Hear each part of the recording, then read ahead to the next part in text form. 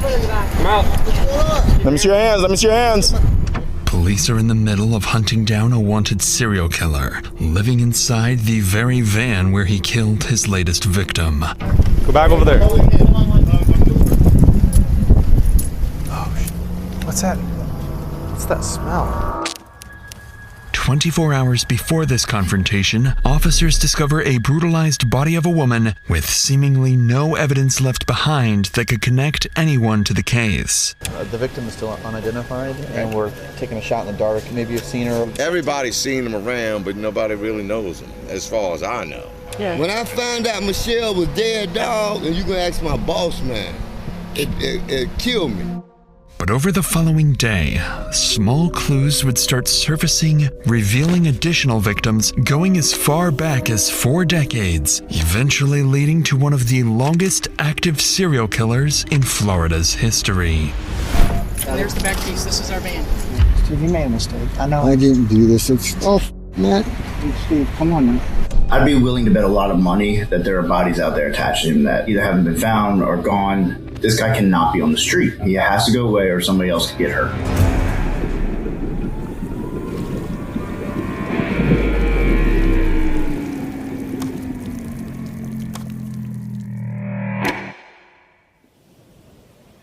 It's around 2 p.m. in Marathon, Florida. Near Vaca Cut Bridge, families enjoy a quiet afternoon until just off the side of the road, a fisherman notices a strong, overwhelming odor. As he steps closer, he sees something so gruesome, he immediately calls 911. Within moments, Florida officers arrive, and it wouldn't be long before the entire lake area would need to be evacuated.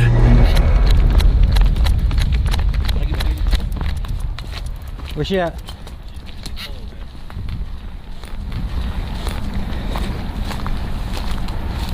$5112, rigor set in.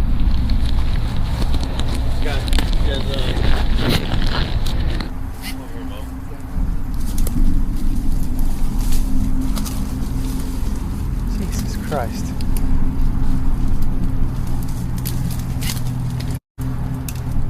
On the ground lies an unidentified woman, unclothed and already beginning to stiffen. From what officers can tell, she's been here for several hours.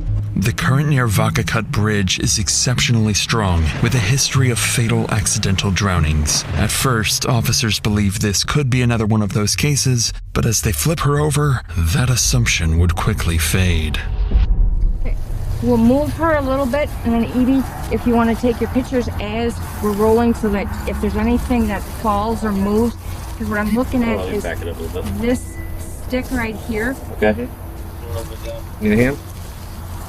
Looks like she was dragged by this hand. Oh, look at that. Yep, did you see that? Look at her around the neck. Right around the neck. Mm-hmm. Oh, look at the side of her head. Yep. What do you see? You got blood, you got scrapes all over the back. Alright, I'm calling, Call Doc. As they examine the body closer, they notice strangulation marks on her neck, blood, and signs of trauma, all pointing to a violent assault. With a potential homicide on their hands, officers call in the on-duty detective, while others begin evacuating the area immediately. Before the detective arrives, officers at the scene continue trying to identify the victim, only to realize it won't be that simple. Anybody recognize her? You know who she is? Mm-mm. Nope. Doesn't appear to be a homeless because she's well kept. She's groomed. I just don't see the clothes. You know what I'm saying? It's too something there. This is all the officers know about the woman. No clothing, no ID, nothing to go off of. But not for long, as the on-duty detective soon arrives. Matt Pitcher is a seasoned undercover detective. He doesn't know it yet, but he's about to take down the town's most dangerous killer. Using a multi-hour interview with Pitcher, we'll break down exactly what he was thinking and the complex forensic methods used to crack a near-perfect homicide.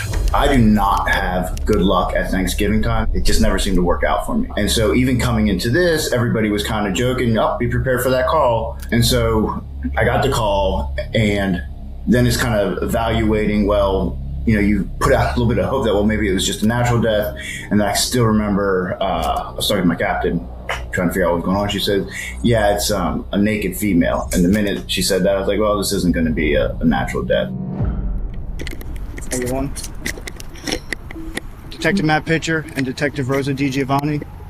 This is US 1 headed up that way. Entrance into this little gravel area from US 1 is down there. If you pan down here, at the start of what looks to be a Red Bull can, there are tire tracks leading back, as well as tire tracks on this side.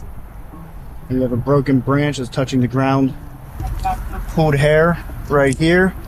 And if you come up at about 10 o'clock into a wooded area, about 10 meters away, the female victim, 2 to 3 feet in front of that is another small chunk of hair.